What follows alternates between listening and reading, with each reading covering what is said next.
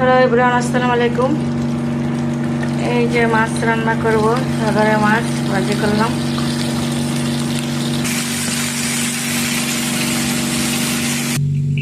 তেল দিলাম, টমেটো দিলাম,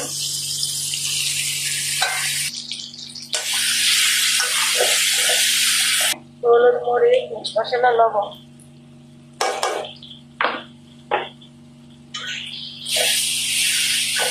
মাছ দিলাম, এখন ঝোল দিব।